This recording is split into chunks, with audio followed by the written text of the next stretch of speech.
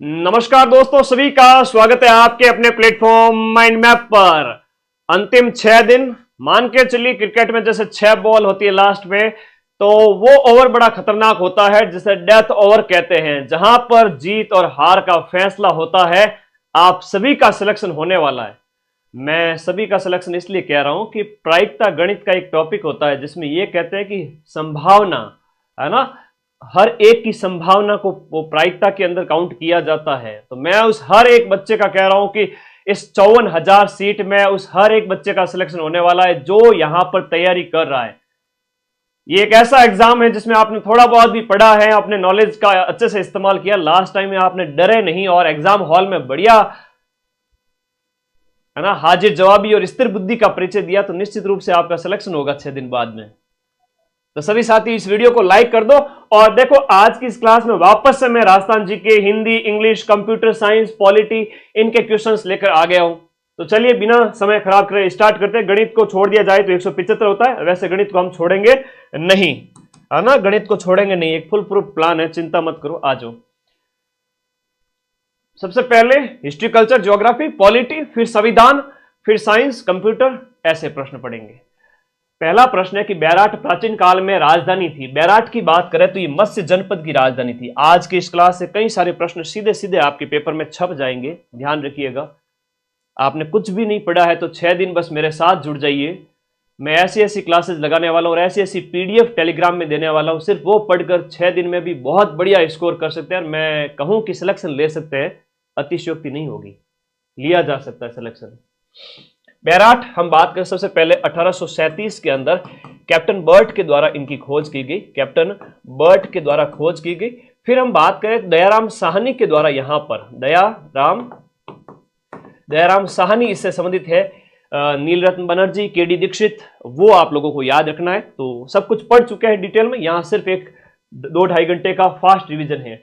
किस पुरातत्व स्थल पर घरों में अंडाकार कुएं मिले हैं? अंडाकार कुएं मिलना, या हम बात करें जो आयताकार अग्निवेदिकाएं मिलना, ये आपको यहां पर याद रखना है, कालीबंगा के अंदर है। आयताकार यज्ञ कुंड, ये यहां पर सब इसी की विशेषता है। कालीबंगा जो आपके हनुमानगढ़ के अंदर स्थित है, कहां पर है? हनुमानगढ़ के अंदर स्थित है। घग्गर नदी प्राचीन सरस्वती नदी के किनारे, है ना, ये सभ्यता विकसित हुई थी। कालीबंगा उत्तरी राजस्थान के हनुमानगढ़ जिले में घग्गर नदी के किनारे है। ये ऋग्वेद के अंदर जिस नदी का नाम मिलता है वो सरस्वती नदी है, वर्तमान में लुप्त हो चुकी है, उसके किनारे ये सभ्यता विकसित हुई। गणेश्वर सभ्यता के अवशेष चिन्ह कहां पर है? नीम का थाना हम बात करें, सीकर जिले के अंदर आपके ताम्र सभ्यताओं की जननी जिसे कहते हैं, ताम्र, ये प्रश्न आएगा, ताम्र सभ्यता की जननी किसे कहते हैं? इसी को ही कहते हैं जहां पर तांबा ही तांबा मिला, पत्थर के घर मिले हैं। बहुत बड़ी चीज यहां पर याद रखिएगा, पत्थर के घर मिले हैं जो और कहीं नहीं मिलते हैं। राजस्थान में सभ्यता के किस स्थान पर सबसे पहली बार जुते हुए खेत के प्रमाण? ये प्रश्न बार बार आता है, आपकी 6 पारियों में से 100% आएगा। जुते हुए खेत के प्रमाण की अगर हम बात करें तो जुते हुए खेत के प्रमाण आपके कालीबंगा में, खोपड़ी, कपास, जुते हुए खेत, सूत के प्रमाण, सूती वस्त्र वगैरह, यूनानी मुद्राएं सब आपके कालीबंगा से प्राप्त हुई है। इकती संदा एक रुपया है। इकती संदा एक टकसाल बनाई गई थी सिक्के ढालने के लिए। तो ये कुचामन, वर्तमान में बात करें तो डीडवाना कुचामन जिला हो जाएगा, नया जिला है डीडवाना कुचामन जिला, जहां पर इकती संदा आपको याद रखना है। इकती संदा जहां पर 1838 में सबसे पहले टकसाल ढाल करके सिक्के बनाए गए थे। तो परीक्षा में थोड़ा ज्यादा ही पूछा जाता है, ठीक है। टेंशन नहीं लेना है, किसी भी प्रकार का टेंशन नहीं लेना है। फ्री माइंड रहोगे तो सिलेक्शन तुम्हारा ही है, ठीक है। फ्री माइंड रहोगे तो सिलेक्शन तुम्हारा ही है। ये मंत्र दे देता हूं, ढींगला है, भिंडरिया है, नाथ द्वारिया है। अब नाथ द्वारा की बात करें तो राजसमंद से याद आ गया, तो थोड़ा सा इस दिमाग में बिठा के रखे, तो नाथ द्वारिया से याद रखो। ये तांबे के सिक्के हैं, मेवाड़ अंचल के अंदर प्रचलित, मध्यकाल के अंदर तांबे के सिक्के हो जाते। उस अरब यात्री का नाम बताओ जिसने मिहिर भोज के समय यात्रा वृतांत प्रस्तुत किया। देखो, मिहिर भोज की हम बात करें, गुर्जर प्रतिहार वंश का शासक, और इसके समय में जो आया था सुलेमान आया था। अच्छा प्रश्न है, याद रखिएगा, बहुत अच्छा प्रश्न है, अच्छा नहीं बहुत अच्छा प्रश्न है। सुलेमान, इसको मैं इंपॉर्टेंट लगा देता हूं, बड़े एग्जाम में पूछा जाता है आरएस जैसे में। अरब यात्री सुलेमान ने कौन से प्रतिहार राजा के शासनकाल में भारत की यात्रा की थी? भोज प्रथम के टाइम में, भोज प्रथम के टाइम में, जिन्हें हम आदि वराह की उपाधि के नाम से जाने जाते हैं। ठीक है, आदि वराह भी कहते हैं। भोज प्रथम, प्रतिहारों का शासक, प्रतिहारों का राजस्थान में कहां राज था? अरे भाई मंडो और अंथारा जालोर में प्रतिहार था।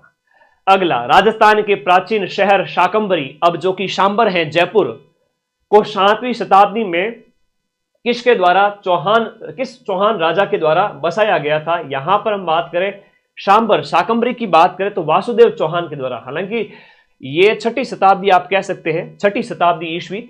वासुदेव चौहान जो है आपका चौहानों का संस्थापक, शाकंभरी प्रदेश वर्तमान सांबर तो जयपुर, लेकिन अजमेर नागौर इधर आसपास का क्षेत्र, तो ये है आपका संस्थापक, चौहानों का संस्थापक जो है वो आपका कौन सा है? वासुदेव चौहान, वासुदेव चौहान के द्वारा।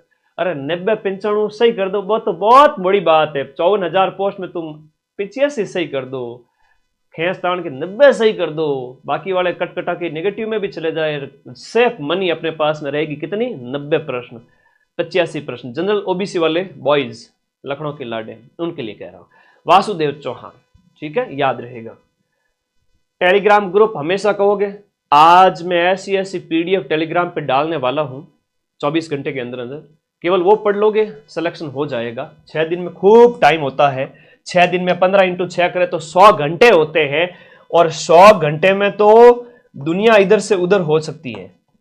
100 साल जिंदा रहने के लिए 100 साल की उम्र जरूरी नहीं, 100 दिन में ऐसा काम कर जाओ कि दुनिया तुम्हें 100 साल याद रखे। तो 100 दिन की पढ़ाई जरूरत नहीं है यहां पर, अगले 100 घंटे इतनी बढ़िया पढ़ाई कर लो कि 6 महीने जितनी पढ़ाई तुम कर पाओ। इसके लिए टेलीग्राम ग्रुप का लिंक इसी वीडियो के नीचे दिया हुआ है, पिन किया हुआ है। अब मैं फिर से कहूंगा तो आप लोग जाओ, इस लिंक पे क्लिक करो और टेलीग्राम आएगा माइंड मैप, जहां 4.25 लाख राजस्थान का सबसे बड़ा टेलीग्राम ग्रुप एक ही साल में आप लोगों का बन चुका है। जाओ, मैं पीडीएफ डालूंगा वहीं पर। जालोर के चौहान, अब पीडीएफ फटाफट आएगी जल्दी से जल्दी। जालोर के चौहान वंश का संस्थापक, 101% ऐसा क्वेश्चन आपसे पूछा जाएगा। जालोर के चौहान वंश का संस्थापक कीर्तिपाल, या इसे हम कहेंगे कीतू है, कीर्तिपाल या कीतू है। बहुत बढ़िया है, शानदार प्रश्न है। कीर्तिपाल या कीतू की बात करें 12वीं शताब्दी के उत्तरार्ध में, 12वीं शताब्दी के उत्तरार्ध की बात करो तो 1181 ईस्वी में इसने जालोर में चौहान की स्थापना की, चौहान राजवंश की। अब एक परीक्षा में प्रश्न ये आता है कि कल ही 2nd ग्रेड में पूछ लिया गया, चौहान कहां के थे? भाई चौहानों का जालोर हो गया, शाकंभरी हो गया, रणथंभौर हो गया, हाड़ौती का क्षेत्र हो गया, यहां पर चौहान थे। जैसलमेर का लोधरवा दिया हुआ था ऑप्शन में, तो वहां चौहानों का राज नहीं था। बहुत इंपॉर्टेंट है कि ऊपर से पता होना चाहिए कि चौहानों का राज कहां कहां था, याद रहेगा ना। हाँ, अगर ऐसे मैप बना के देखो तो चौहानों का राज, हम शाकंभरी की बात करें, हाड़ौती की बात करें, जालोर वगैरह हो गया, इन जगहों पर चौहान थे। ठीक है, अलग अलग पाली नाडोल की बात करें तो चौहानों का राज यहां पर था। अब ये प्रश्न 2nd ग्रेड जैसे अच्छे एग्जाम में पूछ लिया गया, जबकि लोधरवा जैसलमेर दिया था वो ऑप्शन में गलत हो गया। अजमेर के कौन से शासक ने शासक बनने से पहले अपने पिता की हत्या की थी? हाँ जी, अपने पिता की हत्या की थी जगदेव, जो कि विग्रहराज चतुर्थ का भाई था, विग्रहराज चतुर्थ का भाई था। इसने अपने बाप अर्णोराज की हत्या की थी। अर्णोराज हम बात करें, आनाजी जिसे कहते हैं, अर्णोराज या जिन्हें हम कहते हैं आपका आनाजी, इनके द्वारा 1133 से 1153 रूल किया गया था। अभी 3800 लाइव चल रहे हैं, अगर किसी ने बेईमानी की होगी, करेगा इन फ्यूचर, घंटे भर आधे घंटे में पता चल जाएगा। 3800 से 5000 लाइव होने में आधा घंटा लग सकता है, लेकिन एकदम से अगर अपनी क्लास के अंदर 5 से 10,000 लाइव हो जाए, समझ लीजिएगा किसी ने हमारी पढ़ाई डिस्टर्ब करने के लिए बोट लगाए हैं। ये कोचिंग वाले कर सकते हैं, जैसा पिछली क्लास को डिस्टर्ब किया था। अभी जेन्युइन लाइव है, बढ़िया 4000 लाइव एकदम परफेक्ट है, all Rajasthan number 1। Yes, Arnoraj Anaji, जिन्होंने आना सागर का निर्माण करवाया था। अभी पटवारी के पेपर में पूछा गया था कि आना सागर झील का निर्माण है वो आपके किसने करवाया था? तुर्कों को मार काट के भगाया था यहां से, तो तुर्कों के खून से इस अजमेर की जो जमीन है शाकंभरी वाली, उसको साफ करने धोने के लिए आना जी के द्वारा आना सागर झील का निर्माण 1133 ईस्वी में करवाया गया। इनकी हत्या जगदेव ने की। जगदेव को हरा करके विग्रहराज चतुर्थ राजा बन गया, जो कि बिसलदेव था। अगला देखिएगा, अलाउद्दीन खिलजी ने कौन से किले को जीत करके उसका नाम खैराबाद रखा? अरे 1308 ईस्वी में जो है सिवाना का किला जीता था और इसका नाम खैराबाद रख दिया। खिजराबाद की हम बात करें तो वो तो चित्तौड़ का किला है, चित्तौड़ का किला है, वो है आपका खिजराबाद। तो खैराबाद है वो सिवाना, सिवाना पड़ता है आपके बालोतरा जिले के अंदर, वर्तमान बालोतरा जिला। चौहानों की रणथंबोर शाखा, अब देखो दिमाग खुला रखो, रणथंबोर शाखा है, हाड़ा चौहान वगैरह हो गए, सब चौहानों की शाखा है, नाडोल है, जालोर है, इसके अलावा चौहान शाकंभरी हो गए। ये पूछा था सेकंड ग्रेड में, इसलिए बता रहा हूं कि वापस से आएगा। रणथंबोर शाखा का प्रवर्तक है वो गोविंदराज है। पृथ्वीराज चौहान की पराजय के बाद में हम बात करें, तराइन के सेकंड युद्ध में हार के बाद में हम गौरी के गुलाम ऐबक, उसके निर्देश में यहां पर राज स्थापित किया था 1194 ईस्वी में रणथंबोर के अंदर सवाई माधोपुर में। अजमेर नगर का संस्थापक 1113 ईस्वी में अजय राज है। 1113 ईस्वी के अंदर याद रखिएगा 120 प्रश्नों में से 80 प्रश्न तो ऐसे आएंगे कि लगभग 70-75 हजार बच्चे कर लेंगे। ज्यादा की हिम्मत नहीं है, ज्यादा बच्चों की हिम्मत नहीं होगी। 75 हजार बच्चे हैं जो लगभग 70-75, 60, 65, 70 के लगभग कर देंगे। उसके बाद 50 हजार में जंग छिड़ेगी, लड़ाई सिलेक्शन की। तो बाकी के 20 सही करने वाला का 70 प्लस 20। हालांकि ये ओबीसी जनरल में ज्यादा फाइट चलेगी, लेकिन अदर कैटेगरीज के जो बच्चे हैं वो अपने 70-75 पे सिलेक्शन ले लेंगे। चलो, अजय राज अजमेर। चौहान शासकों की प्रारंभिक राजधानी कौन सी थी? अहिछत्रपुर नागौर, जो वर्तमान में नागौर का प्राचीन नाम हम बात करें तो अहिछत्रपुर है। ये चौहानों की शुरुआती राजधानी थी। तो 16वें का आंसर क्या हो गया? अहिछत्रपुर नागौर हो गया। 2 चले गए, आगे देखो। निम्न में से कौन सा विद्वान कुंभा के दरबार में नहीं था? अच्छा, कुंभा की एक उपाधि एग्जाम में पूछी जाती है, मैं वही पढ़ूंगा जो सीधा सीधा 19 तारीख को पेपर में आएगा। जो प्रश्न आते हैं मैं वही बोलूंगा। कुंभा की एक उपाधि आती है, के से कुंभा, एस से हिंदू सुल्तान, एस के शाहरुख खान है बोलते हैं। चलो छोड़ो, उसको याद नहीं करेंगे। एस फॉर हिंदू सुल्तान, हिंदू सुल्तान, ये कुंभा को कहा है मुस्लिम शासकों ने। के से कुंभा, एस फॉर हिंदू सुल्तान, इनकी उपाधि है, कई बार परीक्षा में पूछा गया है। तो नाता था, कुंभा की बात हो रही है, जो स्थापत्य कला का जनक कह सकते हैं। इतनी सारे 84 में से हम बात करें 32 दुर्गों का निर्माता, इनमें मुनि जिन विजय सूरी, एक जैन साधु थे जो इनके दरबार में नहीं थे। मुनि सुंदर सूरी, सुंदर टिल्लो, नाथो, ये सब थे, याद रखिएगा। लेकिन मुनि जिन विजय सूरी नहीं था। 17 का आंसर बी हो गया। बी हो गया, बहुत बढ़िया। कौन से शासक को अभिनव भट्टाचार्य कहते हैं? संगीत में रुचि के कारण, म्यूजिक, संगीत में रुचि के कारण कहा जाता है कुंभा जी को अभिनव भट्टाचार्य। और सांगा जी की एक उपाधि मिलती है, S for Sanga, P for Hindu पथ। तो सांगा कौन है? एसपी साहब है, सुपरिटेंडेंट ऑफ पुलिस। तो याद करो, हिंदू पथ उपाधि है। क्या है? हिंदू पथ। तो परीक्षा में कई बार पूछा गया, हिंदू पथ उपाधि किसकी है रे, किसकी है? हिंदू पथ उपाधि किसकी है? मेरा तो फोन ही पीछे रह गया। कितने 4700 live. It's a genuine live. अब तो लास्ट दिनों में अच्छे लाइव चलेंगे, जेन्युइन लाइव भी 10,000 तक आ जाएंगे। लेकिन 10-15 दिन पहले जो मेरे साथ गेम हुआ था, 7 दिन पहले, उसके लिए थोड़ा सा मुझे डर के रहना पड़ता है। कई बार मैं सोचता हूं बच्चों का नुकसान ना हो जाए। तो यहां से सीधे सीधे प्रश्न पेपर में देखने को मिलेंगे। संगीत में रुचि के कारण सांगा कुंभा को कहते हैं, याद रखना, ठीक है। अभिनव भट्टाचार्य, अच्छा, अभिनव भट्टाचार्य के साथ साथ इन्हें और भी कहते हैं हाल गुरु, दान गुरु, जितने भी गुरु है ना, दान गुरु, हाल गुरु, छाप गुरु, हाल गुरु, छाप गुरु, राणो, रासो, कई सारी उपाधियां सारी आपकी कुंभा की है। गिंगोड़ी जो पर्वत सर का युद्ध है, गिंगोड़ी जो परबतसर का युद्ध है 1807 ईस्वी में किसके बीच में लड़ा गया था? अपने जोधपुर और जयपुर। और यह युद्ध इसलिए लड़ा गया था आपके कृष्णा कुमारी जयपुर और जोधपुर के बीच में, जयपुर और जोधपुर के बीच में कृष्णा कुमारी विवाद को लेकर। पूरी डिटेल व्याख्या वगैरह यहां जीके की नहीं करेंगे, हमने वो 12 घंटे की जो पीडीएफ पढ़ी थी ना उसमें सब मैं आया हुआ है, मैं डाल दूंगा आज वापस से। कृष्णा कुमारी विवाद के चलते है ना, उस घराने में शादी हो गई लेकिन वहां पर डेथ हो गई तो जयपुर के साथ संबंध बना दिया, तो फिर बोले हमारे यहाँ पर लड़की दी हुई तुम वापस कैसे ले जा सकते हो, तो लड़ाइयां हो जाती थी पहले। तो एक बार ऐसा हुआ, उदय सिंह और वो जो अजमेर का कोई था एक सूबेदार, तो छुड़वाया था अपनी पासवान को, तो उसकी औरत के लिए भी लड़ाई हो गई थी। हल्दी घाटी के युद्ध को किस विद्वान ने खमनौर का युद्ध कहा था? ऐसा होता था है ना, कोई बड़ी बात नहीं। खमनौर का युद्ध है वो अबुल फजल ने कहा। टी से टॉड है, टी से थर्मोपल्ली का युद्ध है। टी से इंग्लिश में लिखो तो थर्मोपल्ली कहते हैं। थर्मोपल्ली वैसे यूरोप में एक लड़ाई का मैदान है।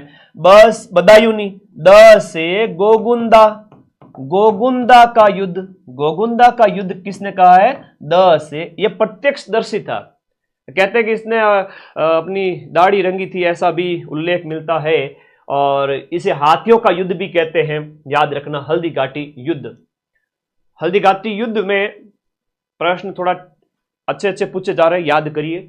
महाराणा प्रताप ने कौन से साल में मेवाड़ राज्य की राजगद्दी संभाली थी? एक प्रश्न यह आता है कि महाराणा प्रताप जी ने कितने वर्षों तक शासन किया था? 1572 से लेकर के 1500 जनवरी 1597 तक। तो यह भी आपको याद रखना है, ठीक है। 82, 92 और फिर 97, लगभग 24-25 साल तक। तो पहला आंसर सही हो गया। तो महाराणा प्रताप ने यहां पर, अब कई बार पूछ लिया जाता है इनकी बचपन का नाम है वो कीका कहते हैं, ऐसे कई सारी उपाधियां हैं, हिंदुआ सूरज इनको कहते हैं। अच्छे प्रश्न आते हैं, हल्दी घाटी युद्ध वगैरह याद रखो। किस राजा को अभिनव भट्टाचार्य हिंदू सुल्तान, हिंदू सुल्तान एस के से कुंभा, छाप गुरु, राय रायन, दान गुरु, हाल गुरु, सब कुंभा जी की उपाधियां है। सांगा जी तो 16वीं शताब्दी के स्टार्टिंग में अपने बाबर के साथ में लड़े थे सांगा जी, तो वो आपको याद रखना है। खनवा का युद्ध याद रहेगा। राजस्थान के कौन से राजा को विद्वानों ने हिंदू पथ कहा है? पी से पथ, पी से पथ, एस से सांगा, सांगा। मेवाड़ के महाराणा गुहिल वंशी शासक राणा सांगा। किस राजपूत राजा को अकबर ने अमीर उल उमरा की उपाधि दी? तो देखो, भारमल और भगवंत दास दोनों को ही दी थी। तो यहां पर दिए गए में भगवंत दास है, जबकि इसका पिता है वो भारमल, वो यहां नहीं दिया हुआ है। तो पिता भारमल को भी ये उपाधि दी थी। तो भारमल राजस्थान का वो पहला शासक था जिसने वैवाहिक संबंध स्थापित किया था। तो मुगलों के साथ पहला वैवाहिक संबंध आमेर के कछवाओं ने स्थापित किया था। पहली बार शादी करी कि ठीक है हम आपकी सेवा में रहेंगे, वैवाहिक संबंध स्थापित कर लेते, ठीक है। तो आज देखते हो जयपुर में बहुत अच्छी अच्छी चीजें बनी हुई है। पहले के हमले मेवाड़ में ज्यादा होते थे, यहां कम होते थे। तो एक पूछा जाता है फरजंद की उपाधि किसको मिली है? फरजंद का मतलब होता है बेटा, और ये फरजंद की उपाधि है ना, ये फरजंद की उपाधि है वो मान सिंह को मिली थी। मान सिंह को फरजंद की उपाधि किसने दी थी? अकबर ने दी थी कि हमारा बेटा जैसा है छोटो सो, ठीक है। तो क्योंकि भगवंत दास गए थे दरबार में तो इनको भी साथ में लेके गए। अच्छा प्रश्न पूछा जाता है ना। जयसिंह फर्स्ट है आमेर के ही शासक, तो जयसिंह को कहा गया मिर्जा राजा, मिर्जा राजा। और जयसिंह जो सेकंड है उनको कहा गया सवाई। जयसिंह सेकंड को सवाई जयसिंह की उपाधि है ना, सवाई की उपाधि औरंगजेब के द्वारा दी गई, औरंगजेब के द्वारा। और यह उपाधि दी गई किसके द्वारा? आपके शाहजहां के द्वारा 1637-38 में शाहजहां। यह भी पूछा गया है, जयसिंह वाली यह भी पूछी गई, याद रखना। कछवा राजा, जो कछवा राजवंश या ढूंढाड़ राज्य का संस्थापक कौन है? हाँ, 5-7 हजार मनसब भी था। अभी 5000 के लगभग लाइव है। It's a genuine live. Okay, 4700, thank you for this love. अभी तो रुको, अभी तो एक घोषणा करूंगा, तुम लोग जमीन से उछल के 2 फीट उछल के नीचे गिरोगे। 2 मिनट रुक जाओ, ऐसी घोषणा करने वाला हूं। कछवा राजवंश का संस्थापक, देखो कछवाओं की राजधानियां डीजे आज से याद करो, कछाओं की 4 राजधानी रही थी आपके। सबसे पहले दौसा राजधानी रहा था, दौसा, फिर जमवा रामगढ़, जमवा रामगढ़, और फिर आमेर राजधानी रहता है, और फिर जयसिंह सेकंड के समय में जयपुर राजधानी बन जाता है 1727 से। तो कछवा राजवंश का जो संस्थापक है वो दुल्ले राय, तेजकरण, ढोला, तेजकरण, ये सारी की सारी उपाधियां इन्हीं की है। और 1138 के लमसम में यहां पर मीणाओं का राज था, तो इन्होंने अपना राज स्थापित किया था 1138। आगे देखो, बीकानेर के राजा है राठौड़ वंशी अनूप सिंह। तुम्हारे सिलेबस में टॉपिक दिया है ऐतिहासिक घटनाएं, तो मैं सिलेबस के अनुसार ही लेकर आया हूं, ठीक है। तो अनूप सिंह को औरंगजेब ने एक उपाधि दी थी माही भरातीव की। माही भरातीव बीकानेर के राठौड़ वंशी शासक अनूप सिंह को। राव जैतसिरो छंद, उसमें राव लूणकरण जो बीकानेर का राठौड़ वंशी शासक था, उसको कलयुगकरण किसने कहा? कलयुगकरण, कि भाई कलयुग के टाइम में कोई दानवीर हो सकता है, तो कलयुग लूणकरण, कलयुग का करण कौन? लूणकरण। और कलयुग का करण लूणकरण को किसने कहा? बिट्टू सुजा ने अपने जो है राव जयसिरो छंद के अंदर, अपने ग्रंथ के अंदर ये कहा। एक आता राजपूताने का करण, है ना। एक प्रश्न पूछते हैं राजपूताने का कर्ण, और राजपूताने का कर्ण मुंशी देवी प्रसाद ने कहा है आपके राय सिंह को। मुंशी देवी प्रसाद ने, तो मुंशी देवी प्रसाद ने इनको कहा राजपूताने का कर्ण। ये भी थोड़ा सा याद रखिएगा। राय सिंह बहुत बड़े राजा हुआ है, मुगल दरबार के स्तंभ के रूप में। 7000 का मनसब था, घोड़े और पैदल सैनिक को जात और सवार, वो मनसबदारी प्रथा थी। गिरी सुमेल का युद्ध जोधपुर के बात करें मालदेव और शेरशाह के बीच में ये युद्ध लड़ा गया था, और ये युद्ध लड़ा गया था जनवरी के महीने में। 1544 की डेट हर जगह दी हुई है, हर जगह दी हुई है। लेकिन आपको याद रखना है सर्दियों के टाइम में, सर्दियों के टाइम में कंबल खरीदने के लिए, ऐसा है ना, ताम्रपत्र वगैरह भिजवाए गए थे। वो एक घटनाक्रम जहां जैता और कुंपा को देशद्रोही साबित करके वो जीत गया था। जयदयाल और मेहराब खान ने राजस्थान के कौन से नगर में 1857 की क्रांति के दौरान क्रांतिकारियों का नेतृत्व किया? तो भाई हम बात करें क्रांतिकारियों का नेतृत्व जयदयाल और मेहराब खान ने कोटा में किया, जहां पर इन्हें फांसी दी गई। कोटा में कैसा विद्रोह होता है? जन विद्रोह होता है। कोटा के विद्रोह को जन विद्रोह कहा जाता है। और यहां का जो पॉलिटिकल एजेंट था उसका नाम था बर्टन। तो कोट का बटन याद रहेगा, पॉलिटिकल एजेंट। बहुत बढ़िया। 1857 के विद्रोह के दौरान मेजर बर्टन और उसके पुत्रों को कहां मारा गया था, है ना, कहां मारा गया था? तो कौन कौन जो यहां पर मारे गए थे उनकी बात करें तो सीधी सी बात है, वो ये आपका कोटा का घटनाक्रम है। कहां का घटनाक्रम है? कोटा राज्य का घटनाक्रम, उस समय का कोटा राज्य। तो मां सरस्वती आदेश से सभी साथी अपने इस चैनल को सब्सक्राइब कर दीजिए। हम कल तक 7 लाख क्रॉस करने वाले हैं। इतना प्यार देने के लिए धन्यवाद। अरे संकोच किस बात का, चलो घोषणा कर दूं। लो भाई घोषणा कर देता हूं, सारे साथी तब तक सब्सक्राइब कर दो अपने इस चैनल को।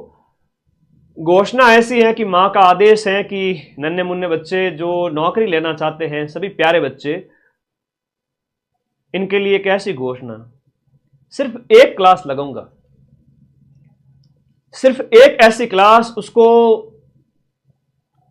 देख करके आप 80 से ज्यादा क्वेश्चन सही कर सकते हो। अब मैं एक क्लास की घोषणा कर चुका हूं, इसका मतलब समझ जाओ, परमाणु बम, एटम बम वाली क्लास है। आधे तो समझ ही गए होंगे, इन कईयों को धीरे धीरे समझ में आएगा, उछल के नीचे गिरे होंगे। हाँ सर समझ गए आपकी बात को, आप कौन सा दुस्साहसी काम करने वाले हैं। बस वो एक ऐसी क्लास होगी, मुझे पूरा विश्वास है उस क्लास से मैं 80 से 85 प्रश्न सही करवा दूंगा। वो क्लास मौकों पर ही ली जाती है, आड़े दिन नहीं ली जा सकती। बिल्कुल शाबाश, लखनऊ के लाड़े समझ गए प्यारे, वेरी गुड। वो क्लास आने वाली है, वो मतलब वो, अब बस समझ जाओ। जिस दिन थंबनेल लगा हुआ देखोगे, आज रात को उस क्लास के प्लान के साथ सोऊंगा, कल पूरा दिन उसमें लगेगा, समझ गए ना? Very good. उसमें मैं शॉर्ट क्रक्स शामिल करूंगा। शॉर्ट नोट्स का मतलब है 100 पेज को 10 पेज में, 1000 पेज को 100 पेज में, क्वेश्चंस एंड शॉर्ट थ्योरी। मजाल क्या क्वेश्चन बाहर चला जाए, कह दीजिए एग्जाम से कि मिट जाऊं तेरी धमक से, मैं वो साज नहीं, और छोड़ दूं डर के मैदान, मैं वो बाज नहीं। उस खतरनाक क्लास का वेट कर रहे हैं। वैसे 50 दिन में तीसरी बड़ी क्लास होने वाली है, 12 आवर्स। थैंक यू, आप लोग इतना प्यार करते हो मुझे, इसलिए ला रहा हूं, बाकी स्वास्थ्य को नुकसान होता है उसमें भयंकर वाला। तो सब्सक्राइब कर दो। आज जितने साथी जुड़े हुए अपने इस चैनल को, मैं देखना चाहता हूं कि कल तक अपना चैनल 7 लाख हो रहा है। खुशी होती है कि इतने सारे बच्चों को पढ़ाते हैं। Thank you for this love. किस छावनी के सैनिक दस्तों ने 31 अगस्त 1857 को, चलो दिल्ली मारो फिरंगी, अगस्त के महीने में आपके एरिनपुरा छावनी ने 21 अगस्त को, है ना, 21 अगस्त यहां पर जो विद्रोह हुआ था, 21 अगस्त 1857 को एरिनपुरा छावनी पाली, इसने यह नारा दिया था। अगला देखिएगा, नसीराबाद राजस्थान में सबसे पहले 1857 की क्रांति का विद्रोह कहां पर हुआ था, कब हुआ था? 28 मई को हम बात करते हैं कि भाई 28 मई 1857 को। और इंडिया के अंदर बात करें तो इंडिया के अंदर ये होता है मेरठ के अंदर 10 मई को। और मेरठ से एक जो है सैन्य टुकड़ी यहां पर आती है, और उसे आते ही सबसे पहले हथियार छीन लिए जाते हैं। 15वीं बंगाल नेटिव इन्फेंट्री के हथियार छीन लिए जाते हैं। तब इस यहाँ के एक सैनिक बख्तावर सिंह ने कहा था, अरे लखनऊ के लाडो, तुम लोगों को मेरे ऊपर भरोसा नहीं है क्या? तो बख्तावर सिंह ने अधिकारी प्रिचार्ड को कहा था कि तुम लोगों को हमारे ऊपर भरोसा नहीं है। 30वीं बंगाल भी थी, बॉम्बे फर्स्ट बॉम्बे लांसर्स भी थी, फर्स्ट बॉम्बे लांसर्स भी थी, 30वीं बंगाल नेटिव इन्फेंट्री भी थी, और 15वीं बंगाल नेटिव इन्फेंट्री भी। तीनों ही आपके यहां पर थी, नसीराबाद अजमेर में। और सेकंड ग्रेड में अभी यह प्रश्न पूछा, यहां पर कौन सी सैनिक छावनी तैनात नहीं थी? तो आप बताओगे विद्रोह इसने किया था सबसे पहले, लेकिन तैनात तीनों ही थी, मेरवाड़ा नहीं थी, मेरवाड़ा नहीं थी, बाकी तीनों ही तैनात थी। बहुत प्यारा क्वेश्चन है। आगी बाण के संपादक कौन है? आगी बाण के संपादक हैं आपके जयनारायण जी व्यास। इस समाचार पत्र का प्रकाशन आपके ब्यावर से किया जाता था। इस समाचार पत्र का प्रकाशन ब्यावर से 1932 के अंदर। अब हम आ जाते हैं अपने ऐतिहासिक घटनाओं के बाद में आपके सिलेबस में जो लिखा हुआ है कि जन जागृति और एकीकरण का दौर, ये 3 पॉइंट लिखे हुए हैं, ठीक है? ओके, तो लिखिएगा, सुशीला और भगवती का संबंध कौन से प्रजामंडल से था? हम बात करें मेवाड़ प्रजामंडल, माणिक्यलाल वर्मा की पुत्रियां थी, है ना, माणिक्यलाल वर्मा की पुत्रियां थी। नारायणी देवी वर्मा इनकी पत्नी थी, नारायणी देवी इनकी वाइफ थी। यह भी प्रश्न आता है। तो सुशीला वाला, ये आजकल महिलाओं के प्रश्न थोड़े ज्यादा पूछे जा रहे हैं, याद करिएगा। कितने सोपान में सिरोही का राजस्थान के अंदर विलय हुआ? देखो, सिरोही का राजस्थान के अंदर विलय है वो 6ठे और 7वें चरण के अंदर। तो 6th और 7th जो चरण है वहां पर, और लास्ट में जो हातल गांव सिरोही है वो शामिल कर लिया गया था। याद रखिएगा, भारत गोकुल भाई भट्ट के कहने पर उनका ही वो गांव था, पैतृक गांव, इस वजह से। भारत की स्वतंत्रता के बाद राजस्थान के गठन के कितने चरण थे? भारत की आजादी के बाद राजस्थान के एकीकरण के टोटल 7 चरण बने, जहां पर 8 वर्ष 7 महीने, 8 वर्ष 7 मंथ और 14 दिन का समय लगा। टोटल 7 चरण, जिसमें पहला चरण आपका मत्स्य संघ वाला। सर्वोत्तम विलास, गज विलास और जवाहर विलास, हम जवाहर की बात करें तो जवाहर सिंह राजा थे वहां के। कहां का था ये? सोनारगढ़। और सोना मतलब सोना, कितना सोना है? तो ये गोल्ड की बात हो रही है, गोल्डन फोर्ट की बात हो रही है। और गोल्डन फोर्ट मतलब आपके जैसलमेर की बात हो रही है। तो प्यारे दोस्तों याद रखिएगा, ये तो आपके जैसलमेर गोल्डन फोर्ट की बात हो रही है। जालोर वाला है तो सुवर्णगिरी है, जैसलमेर वाला है वो पीले पत्थरों से बना हुआ है, इस वजह से आप कहोगे उसे। गागरोन का किला है वो कौन सी नदियों के किनारे? राजस्थान का पहला जल दुर्ग कहते हैं इसे।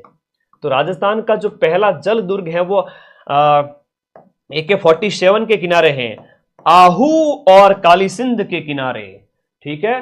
आगे देखो, क्वेश्चन नंबर आपका 39। किलकिला तोप का संबंध कौन से किले से? किलकिला है, शंभू बाण है, गजन कहां है? ये सारी तोपें आपके कहां रखी है? मेहरानगढ़ के किले के अंदर जोधपुर में रखी हुई है। लोहागढ़ का किला जिसे सूरजमल जी ने बढ़वाया था, अभेद्य किला जिसे हम कहेंगे, अजय किला जिसे कहेंगे, अभेद्य किला जिसे कहेंगे, तो ये आपका सूरजमल जी के द्वारा बनवाया गया। आज की क्लास सिर्फ रैपिड फायर के लिए है, और जो मैं खतरनाक क्लास लेने वाला हूं उसमें मुझे कम से कम 30 घंटे की मेहनत लगेगी। खड़े रहकर मैं सारी चीजें मैनेज करूंगा, शायद उससे ज्यादा आप एक्सपेक्ट करिए कि वो क्लास ऐसी होगी। कोई भी बच्चा, अगर मैं बहुत खुशनसीब हूं कि मुझे ये मौका मिला कि आप लोग अपने जिंदगी में तरह तरह के काम में बिजी है, एक बंदा जो तुम्हारे लिए मेहनत कर ले और पढ़ाई को आसान बना दे। इसलिए वो क्लास बड़े नोट्स, क्वेश्चंस, नोट्स भी ऐसे मतलब वेरी शॉर्ट कि क्वेश्चन आ जाए। कोषवर्धन का किला कहां पर स्थित है? कोषवर्धन के किले का प्रचलित नाम क्या है? कोषवर्धन किले का प्रचलित नाम शेरगढ़ का किला है। और कोष गुरुजी कहां पर रखोगे? कोष की हम बात करें तो कोष है आपके बारां जिले के अंदर। बारां जिले के अंदर हम बात करेंगे, कोषवर्धन का किला है वो आपका बारां जिले के अंदर है। और ये परवन नदी के किनारे हैं। कौन सी नदी? परवन नदी के किनारे हाड़ौती के अंदर आपका शेरशाह सूरी के नाम पर शेरगढ़ का किला। याद रखिए, बड़ा प्यारा प्रश्न है, बार बार एग्जाम में आता है। सही सुमेलित करो रे। मंदिर वास्तुकला आपके सिलेबस में है, मैं सिलेबस रट चुका हूं पूरा 4th ग्रेड का। वास्तुकला का मतलब है पत्थर के जितने भी काम है वो सब इसमें है। मंदिर, महल, दुर्ग, बावड़ियां, स्थापत्य कला, सारा कुछ। तो गलता जी है वो आपके अजमेर में है, गलत है, तो ये आपके कहां हो जाएगा? जयपुर के अंदर हो जाता है। रामानंदी संप्रदाय की पीठ है। अभी पूछा गया था, रामानंदी संप्रदाय की एक शाखा रसिक संप्रदाय जिसे हम कहें, वो आपका अग्रदास जी जिसके संस्थापक रेवासा सीकर वाला। सालासर बालाजी मंदिर है वो आपके चूरू के अंदर है। एकलिंग जी मंदिर उदयपुर के अंदर है। मेहंदीपुर बालाजी मंदिर ये आपका कहां पर है? मेहंदीपुर बालाजी मंदिर, जहां पर भूत प्रेतों का इलाज किया जाता है। तो मेहंदीपुर बालाजी वाला दौसा के अंदर हो गया। ठीक है, बढ़िया। मेहंदीपुर बालाजी वाला भी गलत है, तो सही का पूछा है, सही सुमेलित कीजिए कि मतलब राइट कौन सा है। प्रश्न के पूछने का ढंग तो देखो तुम, थोड़ा सा ध्यान रखना। मेहंदीपुर बालाजी है वो आपका दौसा के अंदर, तो गलत कौन सा है ये पूछा है। बहुत प्यारा प्रश्न है कि सही सुमेलित करो। एक सही है वो बताना है, इस प्रश्न का मतलब ये हुआ। सुमेलित कौन सा नहीं है? एक है वो आपका गलत है। जैसे बादल विलास की बात करें जैसलमेर, लालगढ़ बीकानेर में, जूना महल डूंगरपुर के अंदर, फूल सागर है वो आपका बूंदी के अंदर है। और आप सभी को पता है बूंदी का मतलब होता है नुक्ति, और नुक्ति के अंदर है बढ़िया वो कमल के फूल डालते हैं ना। हाँ, तो बूंदी के अंदर फूल डालते हैं, तो फूल सागर है वो बूंदी के अंदर है। बाकी जूना महल है वो आपके जूना महल, और एक थंबिया महल की भी अगर हम बात करें तो एक थंबिया महल भी आपके कहां पर है? डूंगरपुर के अंदर। लेकिन एक थंबा का पूछे तो वो आपके जोधपुर के अंदर है। लालगढ़ है वो बीकानेर के अंदर। बीकानेर वाला किला है वो आपका जूनागढ़ कहलाता है, जूनागढ़ फोर्ट है, तो वहां लालगढ़ पैलेस का नाम है, महल का नाम है। बादल महल खूब है, नागौर में भी है, जैसलमेर में भी है। पटवों की हवेली आपके कौन से जिले में स्थित है? जैसलमेर में है, जहां 1805 ईस्वी में गुमान चंद पटवा के द्वारा इसका निर्माण करवाया गया था, गुमान चंद पटवा द्वारा। अगला प्रश्न, पटवा की हवेली, सालिम सिंह की हवेली। हाँ, ध्यान रखना, अब पीडीएफ टेलीग्राम ग्रुप में भेजना वाला लूट लेना, छूकना मत। 6 दिन में भी सिलेक्शन पॉसिबल है। मैं तो 1 दिन हुआ तो भी कह सकता हूं, क्योंकि पीछे पड़ा हुआ होगा। कई बच्चे ऐसे होंगे जो बहुत लंबे समय से पढ़ रहे हैं, तो उनका भी सिलेक्शन होगा। तो गुरुजी ये तो गलत बात है, आप इतना, हम तो 150 नंबर लेकर आएंगे, 160 नंबर लेकर आएंगे, तो कोई बात नहीं, 135 वाले का भी सिलेक्शन होगा, 130 वाले का भी सिलेक्शन होगा, अदर कैटेगरी के अंदर 120 वाले का भी सिलेक्शन होगा। तो मैं उनकी बात नहीं कर रहा हूं 160 50 लाने वाले, 150 और 60 नंबर लाने वाले तो 54,000 में 5,400 बच्चे भी नहीं होंगे। बाकी वालों का क्या? बाकी वाले कट ऑफ के आसपास सिलेक्शन लेंगे। इसलिए टेलीग्राम में जाओ और पीडीएफ लूटो। हाँ, जिसने ये गणित समझ लिया वो सिलेक्शन ले जाएगा। कुर्जा है, पेपड़ी है, गुगरी है, केवड़ा है, राजस्थानी लोक जीवन के अंदर क्या है? ये लोकगीत है, लोकगीत है। याद रखिए कुर्जा, पीपली, पश्चिमी राजस्थानी, जो राजस्थान के अंदर हम बात करें कुर्जा, पीपली वगैरह, ये लोकगीत हो जाते हैं। कुर्जा, पीपली, गुगरी, केवड़ा, एक जोरावा भी है जो विरह गीत है, मित्र की याद में मित्री द्वारा गाया जाता है, ये एक विरह गीत है ना। ओके, पत्नी की याद में कोई नहीं गाता है, मित्र की याद में, तो लिखो इस चीज को, जोरावा जैसलमेर का विरह गीत है। इंडोणी लोकगीत गाया जाता है, इंडोणी, पणिहारी, हाँ जी, हम बात करें इंडोणी की बात करें तो ये एक महिलाओं द्वारा कुएं से पानी ले जाने समय उस समय गाया जाता है। ओके,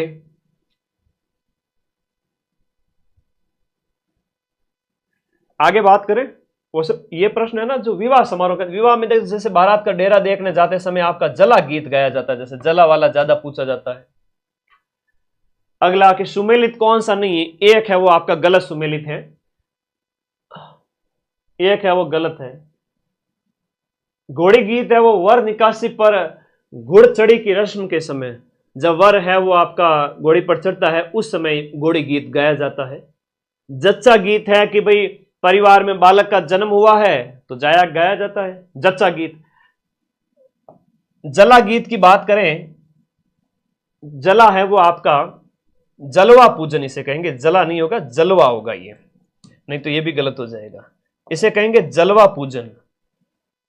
यहां भी होगा हमारा जलवा, जलवा पूजन होता है 21वें दिन, कुआ पूजन है वो आपका जलवा पूजन है, बिल्कुल सही है। बच्चे के जन्म के बाद में कुआ पूजते समय जलवा गाया जाता है। और फिर है रसिया गीत, रसिया बम रसिया, रसिया, रसिया गीत आपका दिए गए में से असुमेलित पूछा है। रसिया गीत देखो वैसे तो सही है, मैंने जानबूझ के इसको सही बनाया। जलवा पूजन होता है ना, तो एक अगर हम बात करें तो वो होता है जलवा पूजन, जलवा पूजन। एक चीज ध्यान रखना, पेपर बड़ा सरल आएगा लेकिन सिलेक्शन वही लेके जाएगा जो हाजिर जवाबी रखेगा, डरेगा नहीं। रसिया गीत है वो आपका सही है। यहां पर होली का अवसर पर आपके मेवात सेक्टर के अंदर जब फसल पक जाती है उस समय रसिया, बम रसिया, एक ही बात है, बम मतलब नगाड़ा होता है, रसिया गीत होता है, तो वो बम रसिया हो जाता है, बम रसिया। और यहां पर जो जला है ना, जला तो बारात का डेरा देखते जाते समय ना, बारात का डेरा, बारात का डेरा देखने जाते समय आपकी महिलाओं के द्वारा, वधु पक्ष की महिलाओं के द्वारा, तो जिसकी हाजिर जवाबी रही, जो डरा नहीं ना, वो जीत जाएगा। और 54,000 सीट है थान लोगों, सबने मारी सौगंध रहते हैं, थोड़ा टेंशन फ्री रही जो, ठीक है, कोई टेंशन नहीं लेगा, तुम लोगों की टेंशन मैं लूंगा, ठीक है। तुम्हारा भाई जिंदा है अभी, टेंशन नहीं लेनी किसी भी तरह की, रात दिन एक कर दूंगा 6 दिन। इस 4th ग्रेड के पेपर को मुझसे टकरा कर जाना पड़ेगा तुमसे मिलने से पहले। कौन सा एक सुशिर वाद्य यंत्र है? हम सुशिर वाद्य यंत्र की बात करें, सुशिर मतलब फूंक मार के बजाया जाता है। जितने भी फूंक मार कर बजाए जाने वाले वाद्य यंत्र है उनमें रावण हत्ता तत् है, जंतर तत् है, सुरमंडल है। एक सतारा जो है एक तत् वाद्य यंत्र नहीं, एक सुशिर वाद्य यंत्र है, फूंक मार के बजाया जाता है। अलगोजा है, सतारा है। और शंभू के बापू ने कहा सुन मोना की अंबा तू कैसी है रे मुसी मुसी सी, तो शंख है, भुंगल है, रणभेरी वगैरह सारे के सारे इसमें आ जाएंगे। कौन सा तत्व वाद्य यंत्र नहीं है? वाद्य यंत्र आपके सिलेबस में है, तत्व मतलब तार वाले, तो तार वालों में आपका मारा छल भंवर को अलगो जो खेता में बाजे, तो अलगो जो एक सुशिर वाद्य यंत्र है, राजस्थान का राज्य वाद्य यंत्र भी है, सुशिर है, और हम इसे कहेंगे राज्य वाद्य, राज्य वाद्य यंत्र है, तो ध्यान रखना। और तुम्हारा सेंटर कहां कहां आया इस क्लास के बाद में कमेंट बॉक्स में जरूर बताना, मैं देखना चाहता हूं कि कितना दूर आया है, क्या है, नाइंसाफी हुई है कि नहीं, क्या है, वो क्लास के एंड में देखूंगा, ठीक है। लास्ट में जब क्लास ऑफ हो जाए तब सारे बच्चे कमेंट करेंगे। तत्वाद्य यंत्र में अलगोजा एक सुशिर है, कमायचा, रावण हत्ता, रबाज, रबाब, ये थोड़े ज्यादा पूछते हैं ना, जंतर है, रबाज है, रबाज है, रबाब है, और आपके जंतर वगैरह हो गया, ये तत्वाद्य यंत्र सारे। कौन सा तार वाला वाद्य यंत्र नहीं है? तो ताशा, ढोल बाजे, ताशा बाजे, ये चमड़े का बना होता है, एक अवनद्य वाद्य यंत्र होता है, अवनद्य होता है, चमड़े का बना वाद्य यंत्र है। रबाब है, चिकारा है, रबाब है, चिकारा है, चौतारा है, ये सब तत् हैं तार से बने हुए। तार से बने हुए की ट्रिक क्या बताई थी मैंने कहा था कि कतर के रावण राज में गुरुजी को भी दुख है सासू मां, तो कमाए चा तंदूरा वगैरह सब इसमें आ जाएंगे। नृत्य जो केवल और केवल पुरुषों के द्वारा किया जाता है, तो केवल और केवल पुरुषों के द्वारा किया जाता है कच्ची घोड़ी डांस किया जाता है, जो विवाह के अवसर पर होता है। बहुत प्यारा क्वेश्चन है। शेखावाटी क्षेत्र में विशेष रूप से, शेखावाटी क्षेत्र में विशेष रूप से और विवाह के अवसर पर कच्ची घोड़ी डांस है वो किया जाता है। एक बार पूछा था विवाह में कौन सा किया जाता है। वालर नृत्य है जो किसके द्वारा किया जाता है, वालर गरासियों में फेमस है, स्त्री पुरुष दोनों करते हैं। गरासिया, मावारी मौज गोकुल में, मोरिया, वालर, लूर। अग्नि नृत्य का उद्गम कौन से स्थान से होता है, कतरिया सर आपका बीकानेर से। जसनाती संप्रदाय, जसनाती संप्रदाय संत जसनाथ जी, 5 शाखाएं हैं इनकी, अलग अलग याद रखिएगा। रुस्तम जी ने इस नृत्य को पूरे इंडिया में फेमस किया था। गिंदड़ नृत्य की अगर हम बात करें तो ये जो गिंदड़ नृत्य का संबंध है वो कौन से स्थान से, गिंदड़ है वो आपकी शेखावाटी में फेमस है, शेखावाटी का है। राजस्थान के लोक नृत्य और उनके प्रचलन क्षेत्र के संबंध में कौन सा युग्म आपका गलत है, दिए गए जोड़ों में से सही कौन सा नहीं है, कह रहा है गिंदड़ शेखावाटी में होता है, ढोल है था जालोर मायने, बम रसियो मेवात में, अलवर भरतपुर डीग खैरतल तिजारा मेवात, जिसमें हम बात करें आगे मैं लिख देता हूं अलवर भरतपुर क्षेत्र, अलवर भरतपुर में। और डांडिया है तो मारवाड़ में, और विशेष रूप से नवरात्र के टाइम में डांडिया नृत्य। चंग नृत्य कहां किया जाता है बताओ, तुम्हारे पेपर में 6 पारी में से तो 1-2 पारी में पक्का पूछेंगे चंग नृत्य कहां का है, चंग नृत्य कहां का है बताओ। निम्न में से कौन सा लोक देवता रामदेव जी के मौसेरे भाई थे, तो रामदेव जी के जो मौसेरे भाई थे वो हड़बुजी थे। और अभी सेकंड ग्रेड में पूछ लिया था हड़बुजी की जाति क्या थी, तो हड़बुजी सांकला थे जो आपके बैंगटी फलोदी, ठीक है। चंग नृत्य, चंग तो मेरे होली के अवसर पर विशेष रूप से बिल्कुल शेखावाटी में। बहुत प्यारे क्वेश्चन, बहुत प्यारा क्वेश्चन। लोक देवता और उनका तीर्थ स्थान आपसे पूछे जाते हैं। तेजाजी पर्वतसर नागौर, वैसे तो हम तेजाजी की बात करेंगे पर्वतसर, और देवनारायण जी हैं तो आसिंद भीलवाड़ा। नए जिलों का प्रश्न नहीं आएगा, ध्यान रखना इस बात का। देवनारायण जी का मुख्य मंदिर जो है वो आसिंद भीलवाड़ा में है। पाबू जी का कोड़ूमंड फलोदी के अंदर है। और तल्लीनाथ जी ये पांचोटा गांव है, और पांचोटा की बात करें तो पांचोटा जालोर के अंदर है। और तल्लीनाथ जी प्रकृति प्रेमी देवता है, कैसे है, नेचर लवर है, प्रकृति प्रेमी देवता तल्लीनाथ जी। लोक देवता जिनका मंदिर है वो लूणी नदी के किनारे हैं, और लूणी नदी वाले तो मल्लीनाथ जी हो गए। और आगे बात करें तो कुंडा पंथ भी चलाया था आपने, कुंडा पंथ भी चलाया था किसने, मल्लीनाथ जी ने। लेकिन कामड़ पंथ किसने चलाया, तो रामदेव जी ने। ऐसे ऐसे ही तो प्रश्न आएंगे, और क्या एक्सपेक्ट करते हो।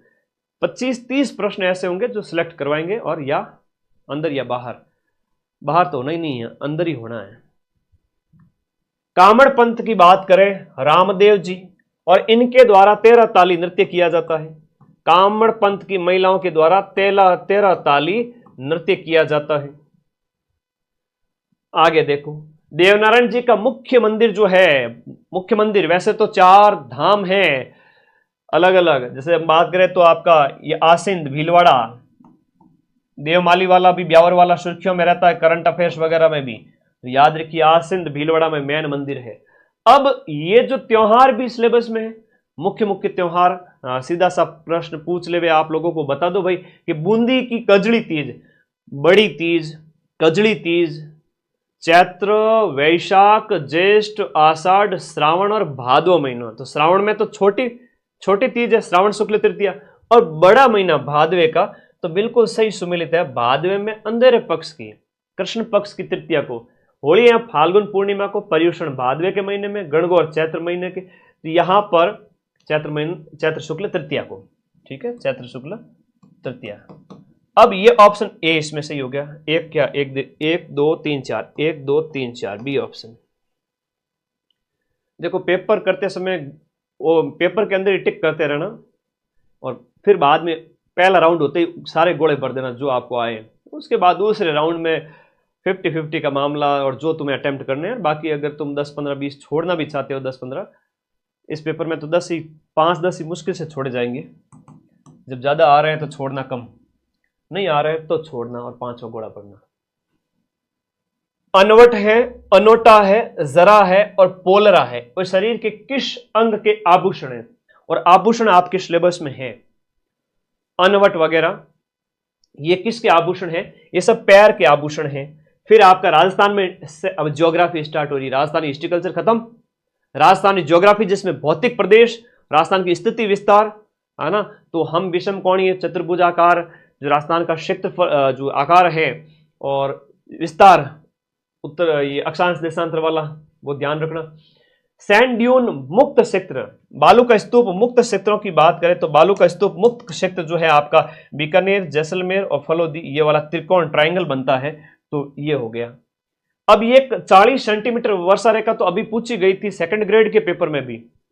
अब यहां पूछ लिया कि पश्चिमी रेतीले मैदान की पूर्वी सीमा, क्या कह रहा है कि आपके पश्चिमी रेतीला मैदान यानी कि जो रेगिस्तान है, इस रेगिस्तान की पूर्वी सीमा, ये ईस्ट है, ये वेस्ट है, इसकी पूर्वी सीमा बनाती है 50 सेंटीमीटर समवर्षा रेखा।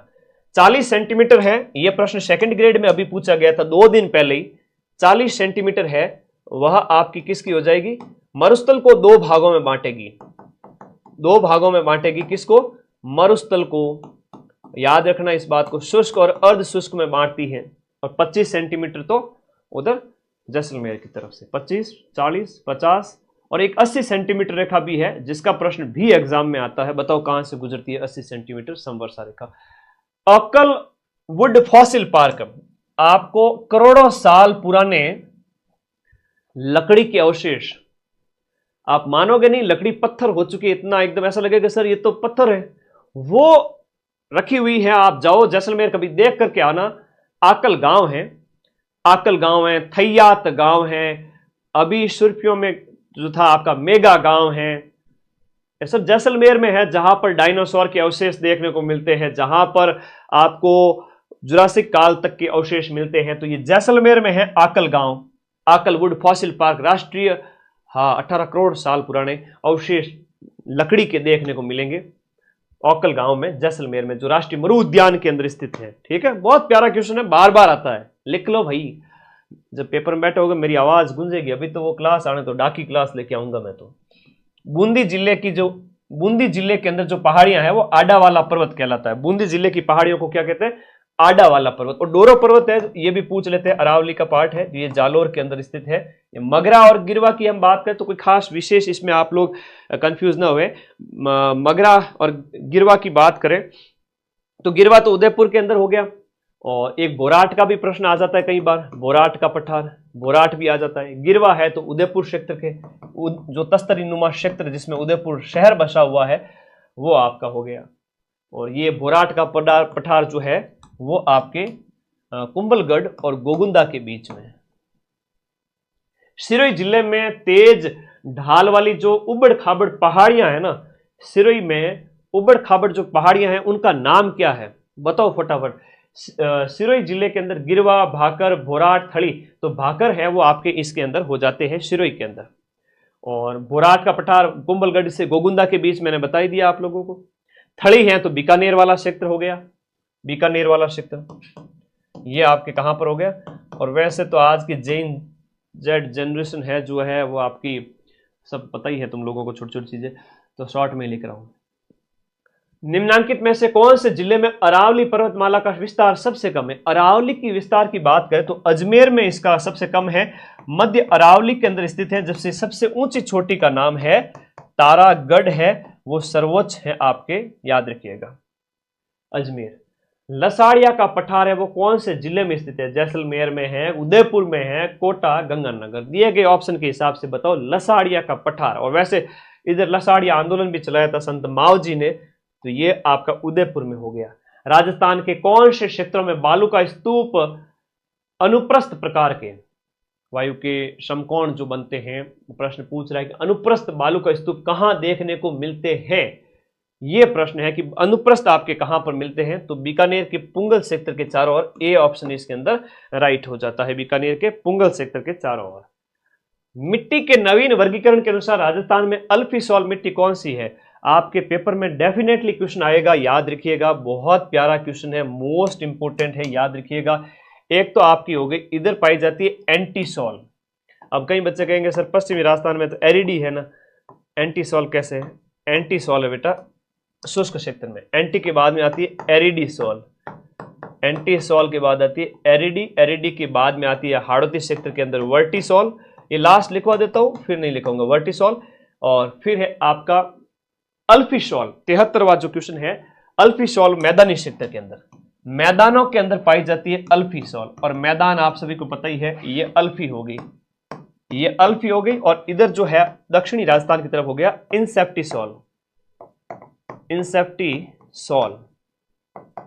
अब ये मिट्टियों का जो 5 प्रकार का जो वर्गीकरण है वो कभी मत भूलना, याद कर लेना, उधर एंटी रखना।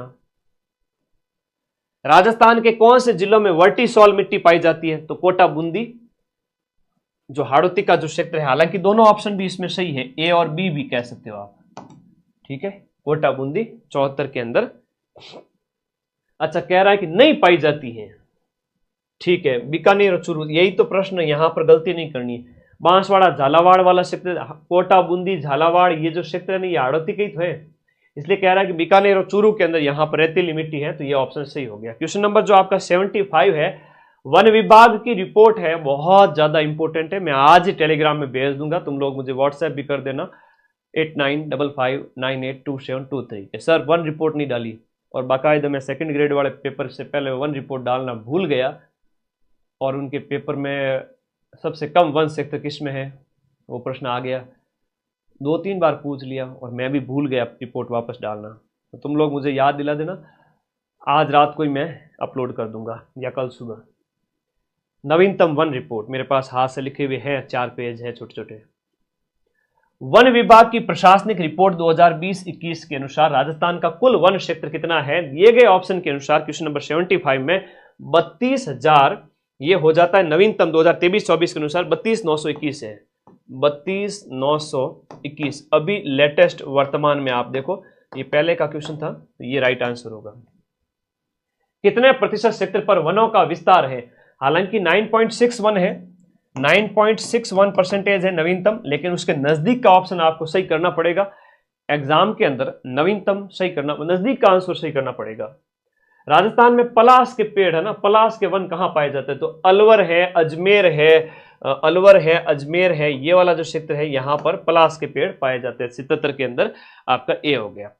फिर सदा हरित वन, हमेशा जो हरे भरे रहते हैं वो वन कहां मिलेंगे? सर जहां पर ऊंचाई बहुत ज्यादा है ना, वहां हरे भरे पेड़ मिलेंगे। तो सीधी सी बात है, आपके सिरोही क्षेत्र के अंदर इस प्रकार के वन देखने को मिलते हैं। रुंडित नदी, अर्जुन नदी, ये आपकी जो है कहां, किसको कहेंगे? बाणगंगा नदी जिसे कहेंगे हम, बैराट की पहाड़ियों से निकलती है, बैराट पहाड़ियों से निकलती है, याद रखिएगा, रुंडित नदी, बाणगंगा। निम्न में से राजस्थान के अंदर आंतरिक प्रवाह की नदियां कौन सी हैं? आंतरिक प्रवाह के अंदर है वो आपके कांतली है, मसूरदी है, साबी है, बाणगंगा। दिए गए क्वेश्चन नंबर जो 80 के अंदर ऑप्शन हो गया सी, यहां पर साबी और बाणगंगा भी होता, मेडा भी है, तो ये आपका अलग अलग, कांकनी, काकने, कांतली है ना, ये तो शेखावाटी की है, ऐसे याद करो। कौन सी नदी है वो सांबर झील में गिरती है? तो दिए गए में आपकी मेढा है वो आपके सांबर झील में गिरती है। अगला प्रश्न, सही परियोजना का संबंध है वो किससे है? देखो सही परियोजना का संबंध, इसमें जो जवाई बांध जो पाली वाला है, इसमें पानी की आवक यानी आवाजाही को बढ़ावा देने के लिए 1978 में ये कंप्लीट हुई थी ये प्रोजेक्ट आपका, सही परियोजना आपके जवाई बांध। सबसे कम दशकीय वृद्धि दर वाला जिला कौन सा है? सबसे कम दशकीय वृद्धि दर मतलब 10 साल के अंदर सबसे कम बच्चा पैदा करने वाला जिलों का युग्म कौन सा है? तो दूधो नाओ, पुतो फुलो, गंगा नाओ, याद रखिएगा गंगानगर आना चाहिए, झुंझुनू है, पाली है, इसमें ऑप्शन इस प्रकार। गंगानगर के अंदर तो 10 ही है, बाड़मेर के अंदर 32 है ग्रोथ रेट, तो ये सबसे कम है वो 10% जो आपके ग्रोथ रेट गंगानगर में देखने को मिलती है, याद रखिएगा। गंगानगर में 11.7 इसमें है, फिर इसमें 11.9 हो जाती है। राजस्थान में सबसे ज्यादा लिंगानुपात आपके डूंगरपुर में है, फिर राजसमंद में है, तो इसे याद रखिएगा 994, 990 ऐसे। 12 घंटे वाली क्लास में सब लिखा हुआ है। आज वापस से शेयर करूंगा वो पीडीएफ, लूट लेना टेलीग्राम ग्रुप में जाके। 2011 की जनगणना के अनुसार सबसे ज्यादा लिंगानुपात वाले जिलों का जो क्रम कौन सा है, तो डूंगरपुर तो आएगा ही आएगा ऑप्शन के अंदर, उसके बाद में आपका पाली आएगा या करौली आएगा, प्रतापगढ़ वाला आएगा, तो ये ऑप्शन नंबर 2 इसमें राइट हो गया। 85 के अंदर बी ऑप्शन राइट है, क्योंकि इसमें वागड़ वाला जो दक्षिणी राजस्थान का जो क्षेत्र है वो इसमें शामिल है। क्वेश्चन नंबर 86 के अंदर देखिएगा, क्वेश्चन नंबर 86 जनगणना आपके सिलेबस में, और जनगणना के अंदर तो 4-5 पॉइंट दे रखे हैं। देखो यहां पर 2011 की जनगणना के अनुसार राजस्थान के निम्नलिखित जिलों में साक्षरता की दर सबसे ज्यादा किस में पाई जाती है, तो साक्षरता दर बिना देखे कोटा देखते ही सही कर दो, 76%, 76.6% कोटा के अंदर सबसे ज्यादा साक्षरता है। जनगणना के अनुसार निम्न में से सबसे ज्यादा साक्षरता वाला जिला कौन सा, देखो अब इसमें कोटा नहीं दिया है, अब इसमें कोटा नहीं दिया है, तो सही उत्तर क्या होगा भाई, दिए गए ऑप्शन के अंदर क्वेश्चन नंबर जो आपका 87 के अंदर तो साक्षरता दी गई है, तो अलवर होगा, कोटा नहीं है, तो इसमें आपका दूसरे जिले 4थे नंबर का कोटा, जयपुर, झुंझुनू, अलवर, अलवर होगा, अलवर होगा। इसके बाद में देखिएगा नेक्स्ट अगला प्रश्न आपका क्वेश्चन नंबर 88, राजस्थान में परिवहन विभाग, परिवहन आपके सिलेबस में है, जहां पर प्रश्न आपसे यह पूछा जाएगा राजस्थान में सड़क घनत्व कितना है। 6 पारियों में से 2 से 3 पारियों में यह प्रश्न आएगा कि सड़क घनत्व है वो कितना है प्रति 100 किलोमीटर स्क्वायर में। हाँ, तो ये आपके है 92.66 किलोमीटर प्रति 100 किलोमीटर स्क्वायर में, ये सड़क घनत्व है राजस्थान के अंदर। अब जो ये चरैवेती है ना, ये राजस्थान परिवहन विभाग का एक ध्येय वाक्य है कि चलते रहो, महात्मा बुद्ध के विचारों से प्रेरित, चरैवेती। तो क्वेश्चन नंबर 88 हो गया। फिर देखो राजस्थान में ग्रामीण गौरव पथ योजना, ग्रामीण गौरव पथ योजना 2014-15 की है, 2014-15 की है। कौन से साल राज्य सड़क नीति आई थी राजस्थान के अंदर, और राजस्थान पूरे भारत का पहला स्टेट बना था जिसके द्वारा सड़क नीति घोषित की गई थी, और राजस्थान इसका है ना फर्स्ट स्टेट बन गया था सड़क नीति लाने वाला। 1994 की सड़क नीति थी, उसके बाद में 2013 के अंदर नवीन सड़क नीति आई थी, ठीक है, नई सड़क नीति 2013 के अंदर। अगला प्रश्न, आप पढ़े, एग्जाम दें, उसके बाद अच्छी तैयारी करनी है, और एग्जाम्स की भी है ना, पियोन बने अच्छी बात है, चतुर्थ श्रेणी कर्मचारी भी आप लोग वहीं बैठे मत रह जाना, सिलेक्ट होंगे, सारे बच्चे सिलेक्ट होंगे। उसके बाद आप रीट का बैच है, लेवल 1 लेवल 2 ऐप इंस्टॉल कर लेना, 2 टेस्ट फ्री है। इस टेस्ट सीरीज वाले सेक्शन में जाओगे, टेस्ट नंबर 13 और 14 फुल टेस्ट है, ये 2 फुल टेस्ट 4th ग्रेड के फ्री में है। इसके लिए माइंड मैप का ऐप डाउनलोड करना, जिसका लिंक मैं इस वीडियो के नीचे दे रहा हूं। इस टेस्ट सीरीज वाले सेक्शन में जाना, वहां पर आपको मिल जाएंगे। और राजस्थान जीके स्ट्रॉन्ग करना है तो ये किताब आप मार्केट से ले आना, और कभी ना मिले आपके जिले में तो 94 60 97 14 50 ये हमारे व्हाट्सएप नंबर है टीम के, केवल बुक लाने के लिए इसको ऊपर ऑर्डर कर सकते हैं। जीके 2nd ग्रेड एसएसटी का बैच भी है, आपकी ग्राम विकास अधिकारी, लैब असिस्टेंट और राजस्थान पुलिस सब इंस्पेक्टर का ये बैच बहुत नॉमिनल प्राइस में मैंने आप लोगों के लिए अवेलेबल करवाए। एग्जाम के बाद में हम डिसीजन लेंगे कि हमें और किसकी तैयारी करनी है आगे। सारे बन जाओगे चतुर्थ श्रेणी तो जिंदगी में और आगे भी जाना है। मेरे हमेशा आप लोगों को उंगली पकड़ करके ऊंचाइयों तक लेकर जाऊंगा। आप युवा हैं, जवान हैं, तब तक अपने लक्ष्य को ऊंचा से ऊंचा करें, आप महत्वाकांक्षी बने। ये सारी जमीन आपकी है, सारा जहान आपका है। भारतीय संविधान की अब पॉलिटी स्टार्ट हो रही है, खुश हो सभी साथी, पॉलिटी शुरू कर रहा हूं। राजस्थान जीके के बाद में पॉलिटी स्टार्ट कर रहा हूं, एक बार शेयर कर दो सारे साथी मिलकर के। राजस्थान जीके की तो रामबाण बेस्ट बुक है, अपनी राजस्थान रामबाण द बेस्ट बुक है, जिसमें पीवाईक्यू भी है, शॉर्ट नोट्स भी है। तो इंडिया पॉलिटी स्टार्ट हो रही है। आज संविधान के खतरनाक वाले क्वेश्चन लेके आया हूं भाई, संविधान के खतरनाक वाले प्रश्न। देखो भारत के संविधान में कौन से अनुच्छेद में कहा गया है कि राज्य के राज्यपाल को राष्ट्रपति अपने अधिपत्र द्वारा नियुक्त करेगा। तो राज्यपाल की नियुक्ति किसके द्वारा की जाती है? 6 पारियों में मुझे लगता है 4 बार यह प्रश्न पूछा जाएगा कि राज्यपाल की नियुक्ति किसके द्वारा होती है, हाईकोर्ट के जज की नियुक्ति किसके द्वारा होती है। नॉर्मल से प्रश्न आएंगे, ज्यादा होशियार नहीं बनना, सीधा सीधा आंसर बता देना कि राज्यपाल की नियुक्ति राष्ट्रपति के द्वारा अनुच्छेद 155 के तहत। आना पड़ेगा इस प्रश्न को, है ना। पेपर में आने से पहले प्रश्न मुझे सलाम करके फिर आता है, क्योंकि मैं मां सरस्वती का भक्त हूं, ठीक है ना। ओके, आगे देखिए, राज्यपाल अपना त्याग पत्र किसको संबोधित करके देता है? तो राज्यपाल अपना त्याग पत्र है वो राष्ट्रपति को संबोधित करके देगा। राष्ट्रपति नियुक्ति करते हैं तो उनके प्रसाद पर्यंत है, और राष्ट्रपति शासन जब अनुच्छेद 356 के तहत लगता है तब राज्यपाल ही केंद्र के नुमाइंदे के रूप में काम करता है। आज कांस्टेबल के पेपर में यह प्रश्न पूछ लिया, और तुम्हारी 6 पारियों में वापस से आएगा। कांस्टेबल के पेपर में भी यह प्रश्न आज आया है। राजस्थान में जब पहली बार राष्ट्रपति शासन लगाया गया, उस समय राजस्थान के राज्यपाल है वो संपूर्णानंद हुआ करते थे 1956 के अंदर, है ना। तो ये 13 मार्च से लगा था, 13 मार्च 1956 से लेकर के आपके 26 अप्रैल तक, ये आप लोगों को याद रखना है। 4 राष्ट्रपति शासन लगे थे। पहला वाला सबसे छोटा था, और लास्ट वाला 1992 वाला 1 साल तक लगा था, 1992 से 93 दिसंबर से दिसंबर, वो सबसे लंबा था। तो सी ऑप्शन इसके अंदर राइट हो गया, वेरी एकदम सटीक आंसर। अगला, किस संविधान संशोधन के तहत, कौन से संविधान संशोधन के तहत, अरे लैब असिस्टेंट, ज्योग्राफी के, होम साइंस के पद भी मिल जाएंगे पिछली बार की तरह, चिंता नहीं करनी।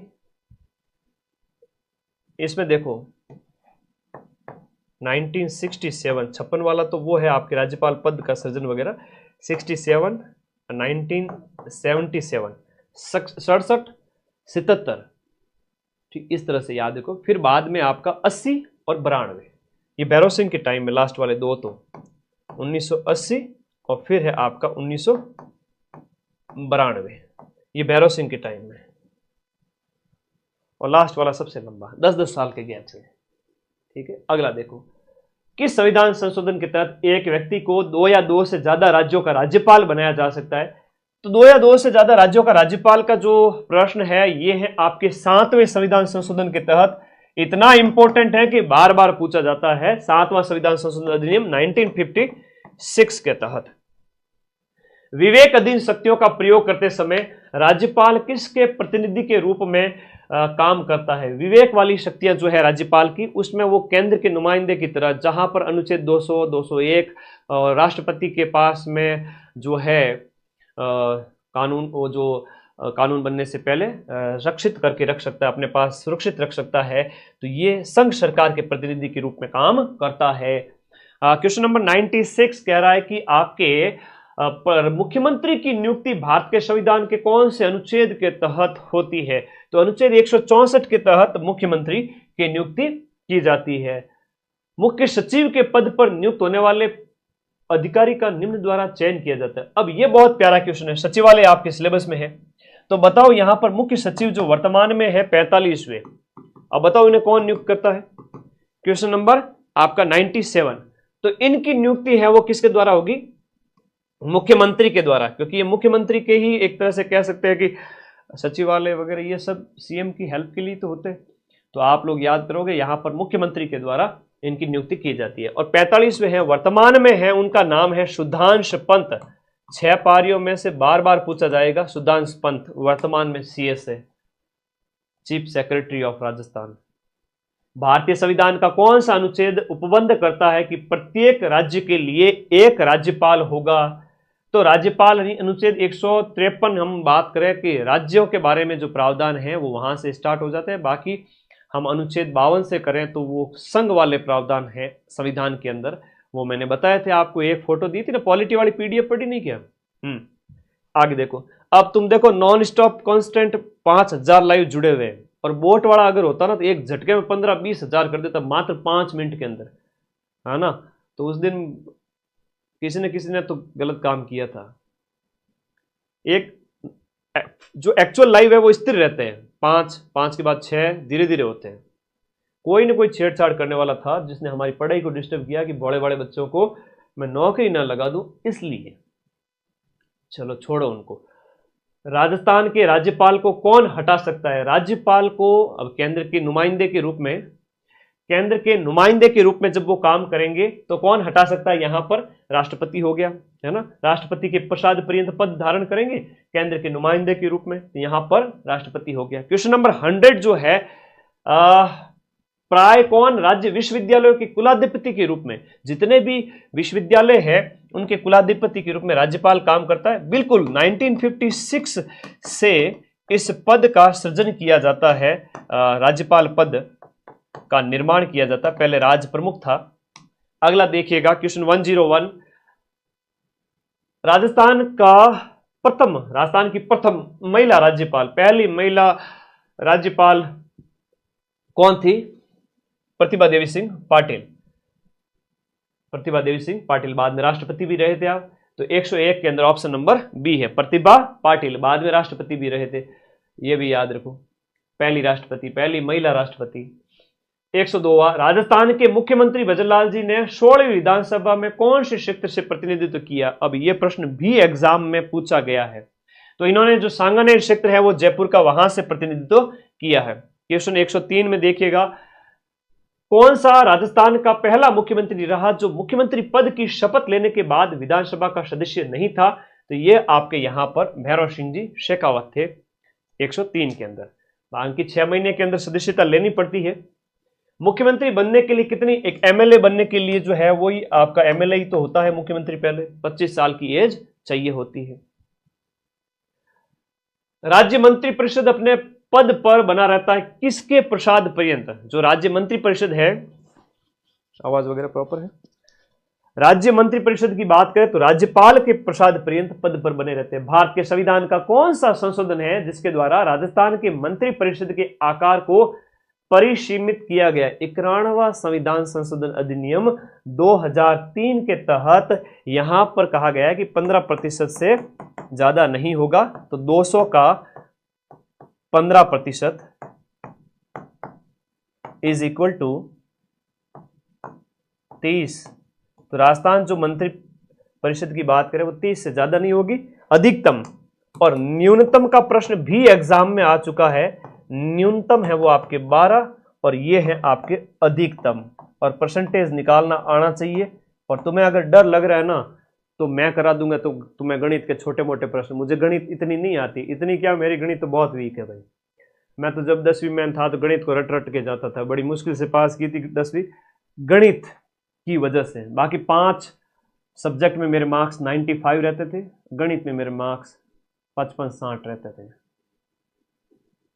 तो मुझे टॉप करने के लिए अदर सब्जेक्ट मजबूत करने पड़ते थे। तो तुम्हारा डर भगाने के लिए मैं भी कर दूंगा, ठीक है। गणित के कुछ क्वेश्चंस मैं तुम्हें सॉल्व कराऊंगा, बड़े सिंपल एक क्लास के, छोटे मोटे बड़ी क्लास के साथ में ले आऊंगा, ताकि तुम्हें डर लगे कि गुरुजी गणित में डब्बा गोल है फिर भी गणित कर रहे हैं, तो हम तो गुरुजी से तो बेटर है गणित के अंदर। हाँ भाई हो, ठीक है, तो कर लेना। इसमें सीएम भी शामिल होता है ना, सीएम के साथ, सीएम सहित, है ना, 29+1। कैसे लगा मेरा आइडिया? क्वेश्चन 107 में देखो रे, बहुत प्यारा क्वेश्चन है। हाँ, अब देखो बढ़िया प्यारा क्वेश्चन है। राजस्थान मंत्री परिषद में मंत्रियों की अधिकतम संख्या कितनी हो सकती है? 30 हो सकती है। राजस्थान के प्रशासन और विधायन के प्रस्ताव से संबंधित मामलों में मुख्यमंत्री से सूचना कौन प्राप्त कर सकता है? जैसे सेंट्रल लेवल पर हम बात करें राष्ट्रपति की, वैसे स्टेट पर हम बात करें तो राज्यपाल है वो सूचना प्राप्त कर सकते हैं, वैसे के वैसे राष्ट्रपति। लेकिन आपके सिलेबस में राष्ट्रपति वगैरह नहीं है, प्रधानमंत्री। आपके सिलेबस में सिर्फ और सिर्फ संविधान है, संविधान का ढांचा, उसके अलावा ज्यादा कुछ नहीं है।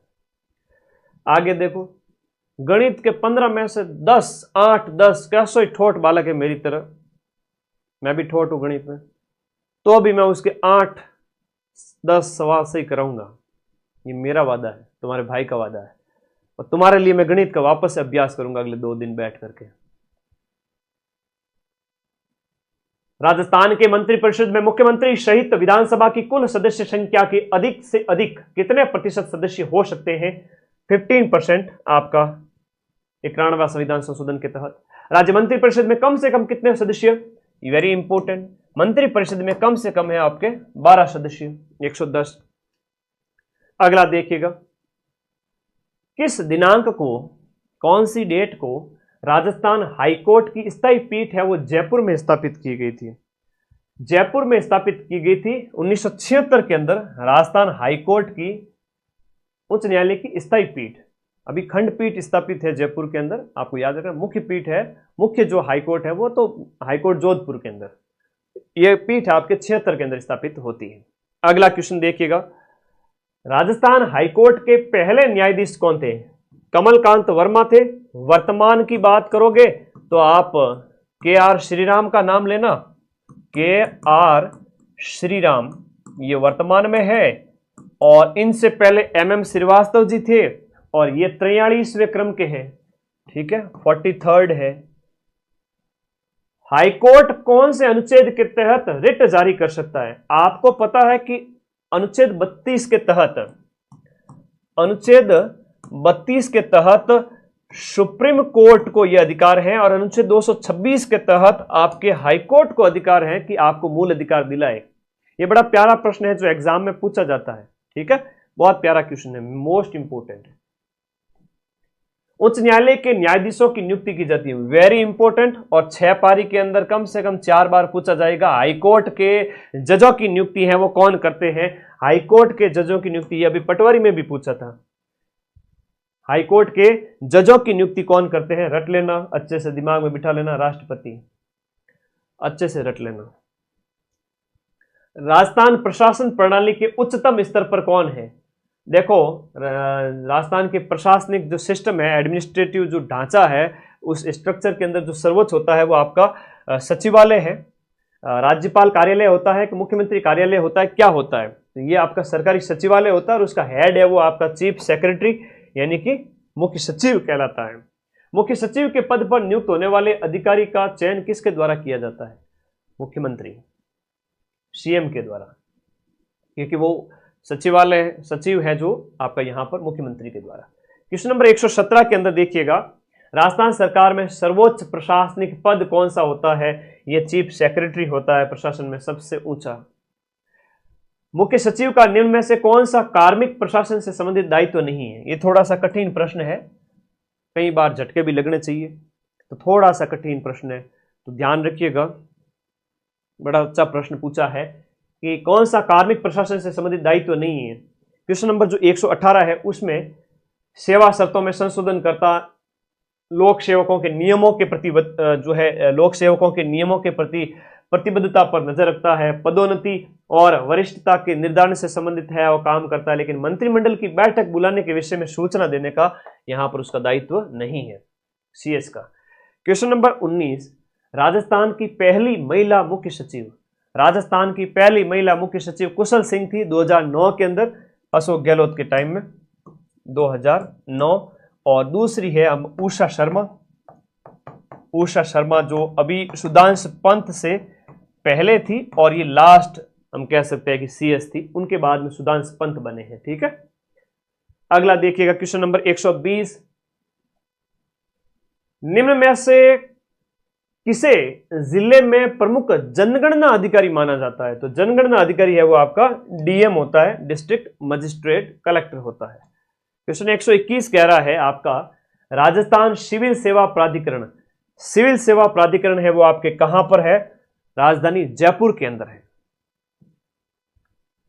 राजस्थान में पहला राजस्व दिवस कब मनाया था?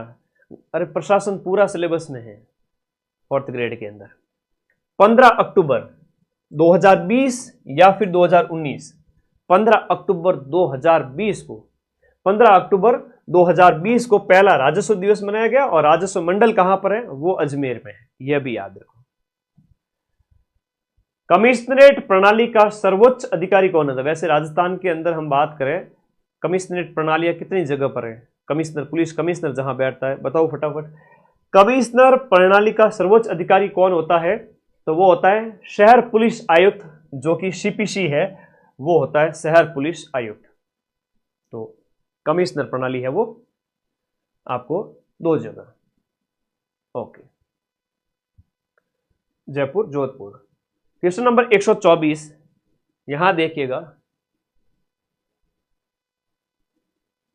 बहुत बढ़िया, मजा आ रहा है सभी को, आप बढ़िया आनंद के साथ देखो। आज की क्लास आगाज करना जरूरी था, 6 दिन ही बचे थे, तो इस वजह से थोड़ा, हालांकि प्रेशर बहुत था, पहले वो कट ऑफ के प्रूफ इकट्ठे किए 2nd ग्रेड वालों के, एसएसटी का पेपर इतना कठिन आया कि सारी कोचिंग हाँफने लग गई, है ना।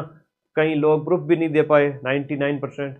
तो अपनी जिम्मेदारी थी और टेलीग्राम में मैंने भेजा बाकायदा कठिन से कठिन पेपर के 100 में से 85 प्रूफ, कठिन पेपर के, जीके वाले के।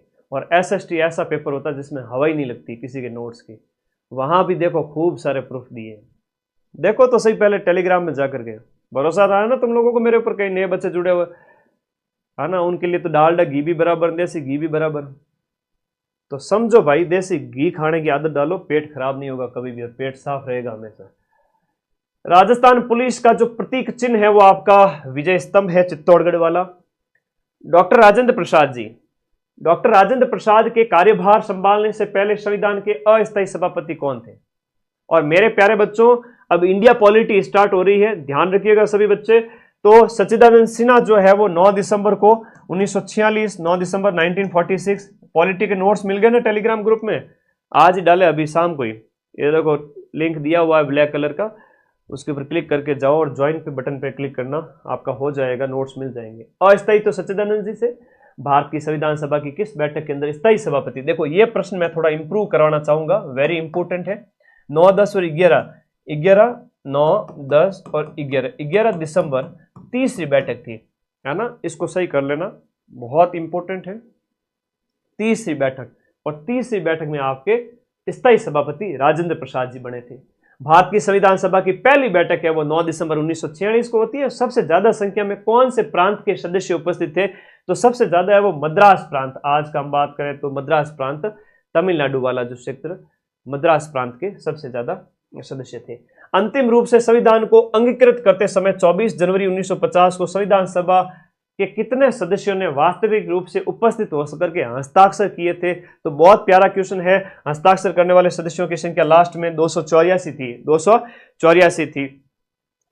निम्न में से कौन सी महिला भारत की संविधान सभा में देशी रियासतों की महिला प्रतिनिधि थी? इंपॉर्टेंट है, देशी रियासतों की महिला प्रतिनिधि एनी मस्करीन थी, एनी मस्करीन थी। कॉन्स्टिट्यूशन के इतने तगड़े क्वेश्चन है, पूछो ही मत। एकदम प्योर देसी घी, चौमासा रामायण देसी घी, एकदम हरे चारे का देसी घी, सोने जैसा पीला, ये वो प्योर क्वेश्चन है, सिर्फ कॉन्स्टिट्यूशन को समर्पित है, इधर उधर के कोई कंटेंट नहीं है। ये कथन किसका है? बताना कि मैं आपके इस विचार से सहमत हूं, यद्यपि हमारे संविधान में ऐसे उपबंधों का समावेश भी है जो केंद्र को ऐसी शक्ति प्रदान करते हैं जिसमें प्रांतों की स्वतंत्रता समाप्त सी हो जाती है, फिर भी ये संघवाद है, परिसंघात्मक शासन है। परिसंघ का मतलब होता है केंद्र और राज्य। अब ये सारे प्रश्न है वो आपके एग्जाम में पूछे हुए हैं, ये प्रश्न एग्जाम में पूछे हुए हैं, इसलिए मैं ये क्वेश्चन लेकर के आया हूं, है ना। इसमें कोई ऐसा वो नहीं है कि भाई तुम्हें कोई दिखाने के लिए, तो ये पूछे हुए क्वेश्चन है इसलिए लाया हूं। भीमराव जी अंबेडकर का कथन है। क्वेश्चन नंबर 131 का आंसर है, जो बेनेगल नरसिंह राव की बात करें तो वो थे हमारे संविधान सभा के संवैधानिक सलाहकार। अब इनकी नियुक्ति है वो गवर्नर जनरल के द्वारा की गई थी। ये प्रश्न भी पूछा गया था। आगे देखो, नेक्स्ट क्वेश्चन नंबर 132, निम्न में से किसने भारत की संविधान सभा को भारत का सूक्ष्म चित्र कहा है? एक ग्रैनविल ऑस्टिन का कथन है, ग्रैनविल ऑस्टिन का कथन है कि भाई भारत का एक छोटा चित्र जिसमें सब लोग आ जाते हैं। क्वेश्चन नंबर 133 देखिएगा, भारत की संविधान सभा का जो निर्माण है ना वो कैसे किया गया था? ये बहुत प्यारा क्वेश्चन है। संविधान सभा से क्वेश्चन पूछा जाए, ये क्वेश्चन ना पूछा ऐसा हो ही नहीं।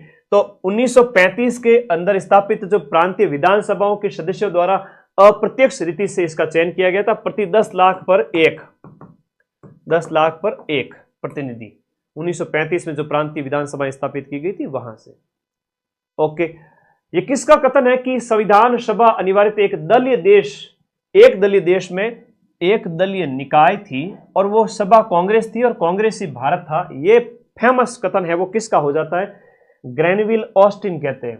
हालांकि 4th ग्रेड में कथन थोड़े मुश्किल है, लेकिन फिर भी तैयार रहो, संविधान सभा है ना, कुछ भी पूछ सकते हैं। क्वेश्चन 135 कह रहा है कि संविधान सभा जिसने भारत के संविधान के प्रारूप को बनाया, उसके सदस्यों का मनोनयन हुआ था किसके द्वारा या निर्वाचन हुआ था? क्वेश्चन नंबर जो आपका 135 कह रहा है कि संविधान सभा के सदस्यों का निर्वाचन, अभी जस्ट देखा ही था हमने, विभिन्न प्रांतों के विधान मंडलों के द्वारा जो निर्वाचित किए गए थे, और ये अभी जस्ट पिछला प्रश्न का ही एक्सप्लेनेशन है। निम्न में से कौन संविधान सभा के उद्घाटन सत्र के अध्यक्ष थे? उद्घाटन जब हुआ था 9 दिसंबर को, उस समय अध्यक्ष कौन थे? सच्चिदानंद जी सिन्हा थे। तो ऑप्शन है आपके डॉक्टर सच्चिदानंद जी सिन्हा थे। भारत की संविधान सभा में अखिल भारतीय दलित वर्ग के सदस्य के रूप में, देखो दलित वर्ग के सदस्य के रूप में बाद में हम जिनकी बात करें, दलित वर्ग के सदस्य के रूप में आपके बाबू जगजीवन राम जी हैं, वो दलित वर्ग के सदस्य के रूप में शामिल थे। क्वेश्चन नंबर 138 देखिएगा। भारतीय संविधान सभा की प्रारूप समिति जिसका गठन आपके 29 अगस्त 1947 को किया गया था, डॉक्टर भीमराव जी अंबेडकर थे। इंपॉर्टेंट क्वेश्चन है, 6 पारियों में से 3 से 4 पारी में वापस छपेगा, हूबहू आएगा।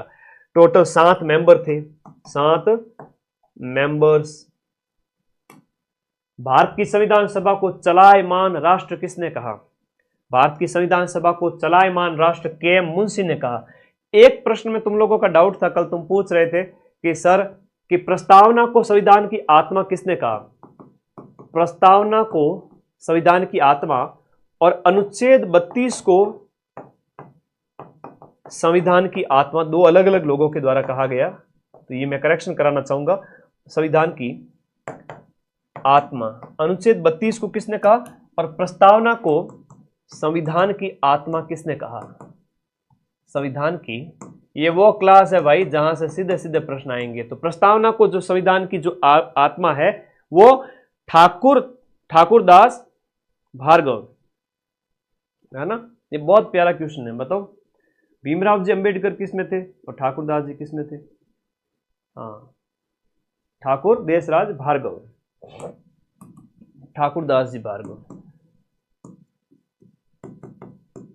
ठाकुरदास जी भार्गव ने कहा था और ये अंबेडकर जी ने कहा था।